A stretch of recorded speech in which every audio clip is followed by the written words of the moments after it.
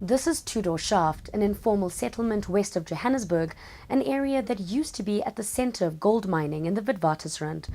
The 1,800 residents here are used to seeing this bright yellow sand beneath their feet, the result of living on top of an old mine dump.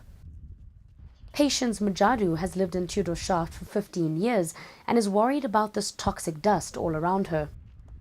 The dust comes inside get into the water.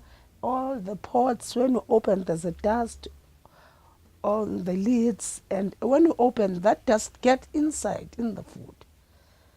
So that is why we can't get better in this place. We always get sick because we're staying in a filthy place. They are exposed to high levels of uranium, a radioactive metal that is brought up from underground when gold is mined. Experts estimate that the old mine dumps in the area, known as mine tailings, contain as much as 600,000 tons of uranium. Not only are these communities exposed to the metal-filled dust, but also radon, a toxic gas that is released as the uranium breaks down. And I've got also asthma, according of that dust. When there's a wind, you can see inside. That dust, that swell comes through in the houses. And it's bad. We're coughing, all of us coughing. Tudor Shaft accounts for only a small group of the estimated 1.6 million people who live next to or on top of mine tailings. For 32 years, Mary Roots has lived across the road from one of these yellow mounds that are a common sight in the Johannesburg West Rand.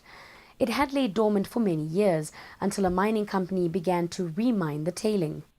When I opened it up, the ugliest smells were coming from that mine, and when it rains and some of the walls came down, it's horrible. The smells was just bad. And then the dust. Sometimes it's so bad I need to wear a mask. I need to wear a mask just to keep the most of it out of my face, out of my nose, out of my lungs. With 270 of these tailings across the Witwatersrand goldfields, it's estimated that 42 tons of dust enters the area every single day. The remining of the old tailings to extract remaining gold creates more dust. It's a sinus thing, but it blocked your sinus very bad. And then it starts bleeding. Because when you woke up in the morning, your whole mouth is full of blood. Your pillow is full of blood.